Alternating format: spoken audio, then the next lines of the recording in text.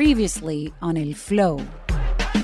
In 2001, a local senator of the Popular Democratic Party named Velda González was initiating, in her words, a crusade to prevent the exploitation of women, specifically minors, in reggaeton music videos. La mujer que ha desenfundado su espada en este asunto del perreo es la senadora Velda González. Not surprisingly, Velda's efforts divided Puerto Rico.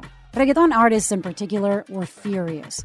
Here's one song by reggaeton pioneers Baby Rasta and Gringo.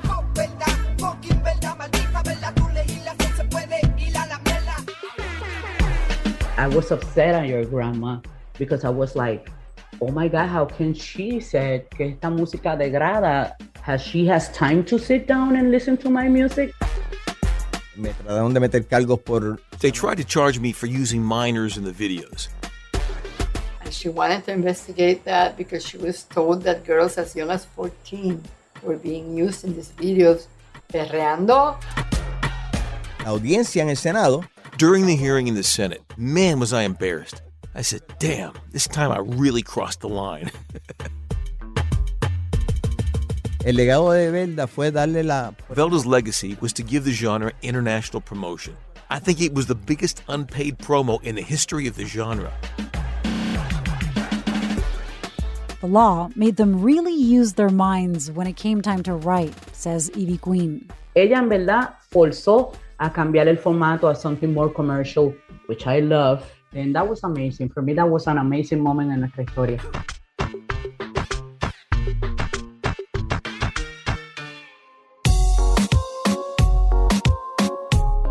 One night in 2003 at San Juan's Irán Bithorn Stadium, Senator Velda González, the beloved actress and main adversary in the eyes of many reggaeton artists, was doing what a year earlier would have been unthinkable.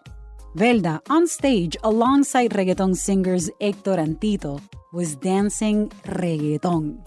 While it was by no means perreo, she was in her 70s, the appearance signaled that Puerto Ricans across the island and of all ages were ready to embrace reggaeton, to make it theirs, to make it ours, and to back the artists who would now shoulder the island's elevated musical expectations.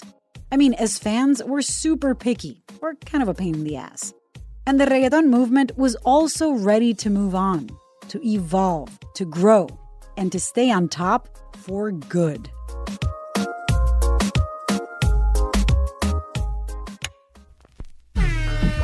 This is El Flow, a journey to the roots of reggaeton. My name is Lilia Luciano. I'm a CBS News correspondent born and raised in Puerto Rico, the cradle of reggaeton. You're listening to episode 17, Reggaeton Pa'l Mundo.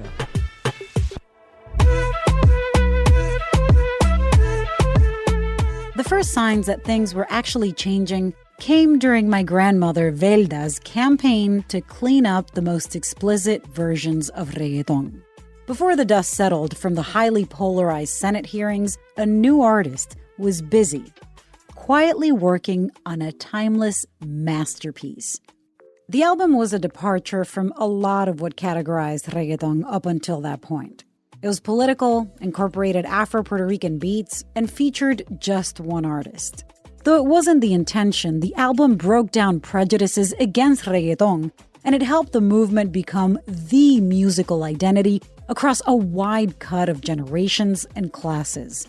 To do that, of course, you've got to be one fiery badass. La palabra Vallarde, ¿sabe lo que significa? The word Vallarde, do you know what it means? A Vallarde is this insect, kind of small, like a little ant, but when it stings, it burns like hell. Well, that's Tego. DJ Adam met Tego Calderón when they were just school kids, back in the day when he was starting to make beats that he'd give to the other kids who wanted to be rappers. Estamos hablando ya, su primer ritmo yo se lo di en 1990. The first beat I gave him was in 1990.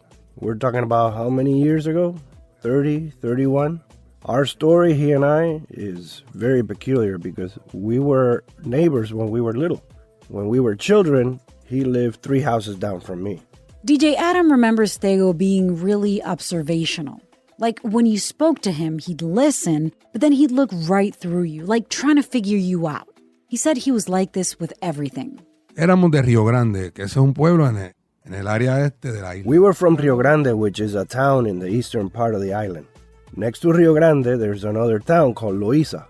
Loíza is a very cultural Afro-Caribbean town. Pues su papá lo llevaba todos los domingos. Well, Tego's father took him to Loíza every Sunday so that he could see the toques de bomba. That's what they call it when they play bomba music. And that's where he picked up on jazz, Latin jazz, salsa, bomba, rock, rap, reggae. Tego has all those influences in him. The years went by, DJ Adam moved away, and so did Tego. The two friends didn't see each other again for almost a decade. By then, DJ Adam was already a well-known underground producer and DJ. Hacemos el clip cuando el señor Eddie D. We click again when Eddie D is making his album, El Terrorista de la Lírica, which was in 2000. Eddie tells me that he's going to feature a rapper no one has heard before, that he loves the guy, and that he likes the way he raps. And I'm like, who are you talking about? And at the moment, I see this guy. And I'm like, but this guy, I know him. He's Teggy. I said, don't tell me you're a rapper too. And he said, of course. Soon, DJ Adam was again making tracks for his childhood friend. Songs like Mi Entierro and Cosa Buena.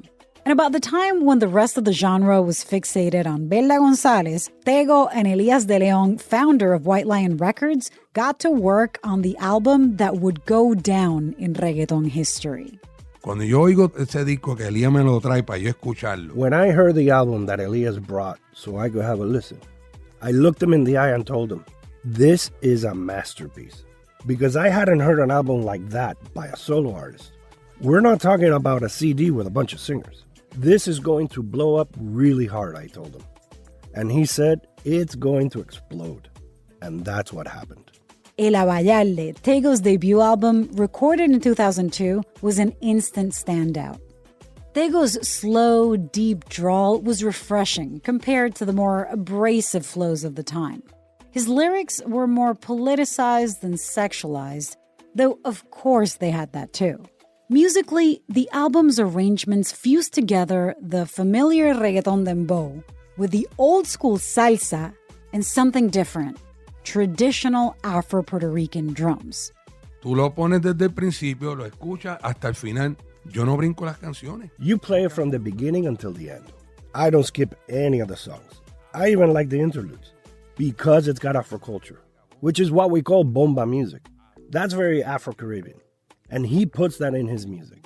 No rapper that I know of had done that. And it worked amazingly.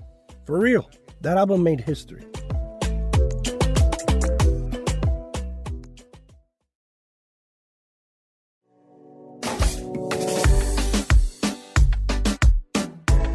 With the success of El Abayarle, reggaeton began to take off again. And this time, it left the island.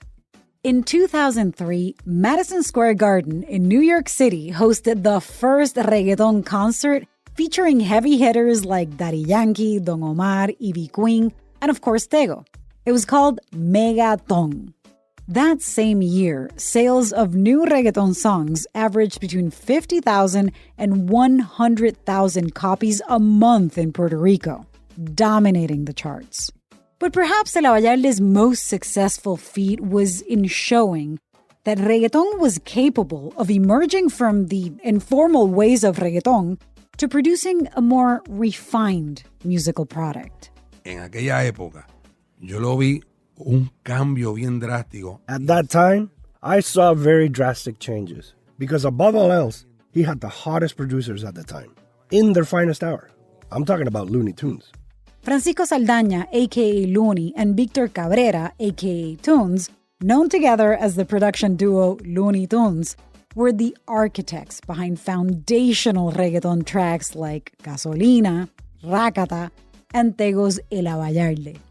Nobody played a larger role in transforming what reggaeton sounded like in the early 2000s, or ever for that matter. They're both great, amazing people, amazing, human beings, but in terms of their character and how they are, they're total opposites. That's Tiny. the producer behind some of the biggest current reggaeton hits, from J Balvin to Bad Bunny. Tiny got his first producing opportunity with Looney Tunes just as they were hitting their stride. Like, Looney likes the spotlight. He likes, being out there and more outspoken. He just has that charisma. He's always making jokes like all the time. Looney was a studio rat, always there, always bringing the energy. Tunes, on the other hand, could hardly be found. Tunes is like the mega introverted, person. Like, you had to go pick him out of his house and pull him out because he prefers to be over there. Like, he's not looking for that spotlight. Their personal differences also manifested themselves in their musical attributes. Tunes, it was rare to see him at the studio, but when he came, I was just trying to be the biggest sponge in the world and absorb everything that I could. He's a genius, bro. Everything that he did, was crazy. And he will create melodies and erase them. And I'm feeling over here that that's, the best melody I've ever heard in my life. While Tunes handled the melodies, Looney was a percussionist. He was constantly looking for the best drums and loops. He'd throw in different effects to get the right kick or snare, always making sure the sound was just right. To see how much of a perfectionist he is, and, seeing how Looney really went into, the mixing of the sounds and, making everything sound and pop and sound big and heavy. I think I got a lot of that from seeing him work. Looney Tunes was successful because they incorporated sounds they were familiar with and were widely recognized, like Tego did with salsa and bomba, except Looney Tunes did it with bachata and merengue.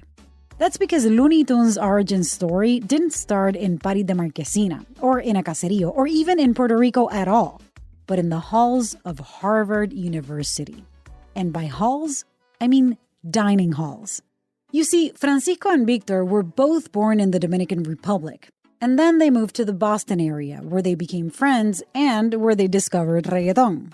During the day, they worked at Harvard's cafeterias, and at night, they were the DIY producers playing around on a music-making software called Fruity Loops. Their signature trademark, fusing bachata and merengue over dembow. And that became the backbone to reggaeton's first global takeover. I think they're the biggest influence in shaping what we have and how it sounds and what it evolved into. Because you can see a before and after them, and it's a huge difference. In the year 2000, Francisco and Victor met DJ Nelson, who had worked under DJ Negro at Dinois, and by then had branched out on his own. DJ Nelson signed them and put them right to work. Though they were essentially rookies, the two producers knew there was a ways to go in terms of production quality in the island. Underground was rough. Looney Tunes wanted their music to have a more sophisticated sound. They banked on technology, new equipment from the States, the latest software, and the ability to use it. The result was new melodies, moods, progressions, and structure. And I think they brought that to what reggaeton is today, a lot more structured, intro, chorus, verse, bridge, those type of things, but also adding the melodies, adding pianos, strings, and, synthesizers and things that really, were more cohesive. People started singing a lot more in tune, at the right chords.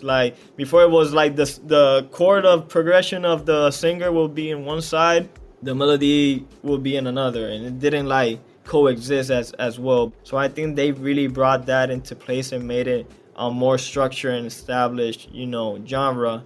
By 2005, just 2 years after the release of El Abayale, and with Wisin y Yandel's dembow classic Rakata, and Daddy Yankee's genre-defining Gasolina hot off the presses, reggaeton had earned its own stations in New York, Los Angeles, Miami, and several cities in between.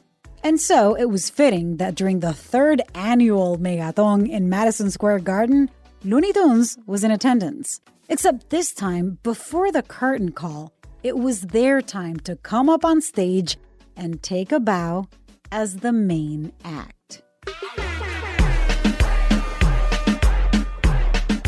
El Flow is a production of Exile Content Studio in partnership with iHeartRadio's My Cultura podcast network. I'm Lilia Luciano, your host and executive producer. The show is created and produced by Vitenis DiJulis, production and sound design by Dixo, additional production by David Quiñones, Virna Couto, Hermes Ayala, and Natalia Merced. Story editing by Nuria Net. Original music by Truco. Production supervision by Álvaro Céspedes. Executive producers for Exile Content Studio are Nando Vila, Isaac Lee, and Alejandro Uribe. Executive producers for iHeartMedia are Connell Byrne and Giselle Bances. For more podcasts from iHeart, visit the iHeartRadio app, Apple Podcasts, or wherever you listen to your favorite shows.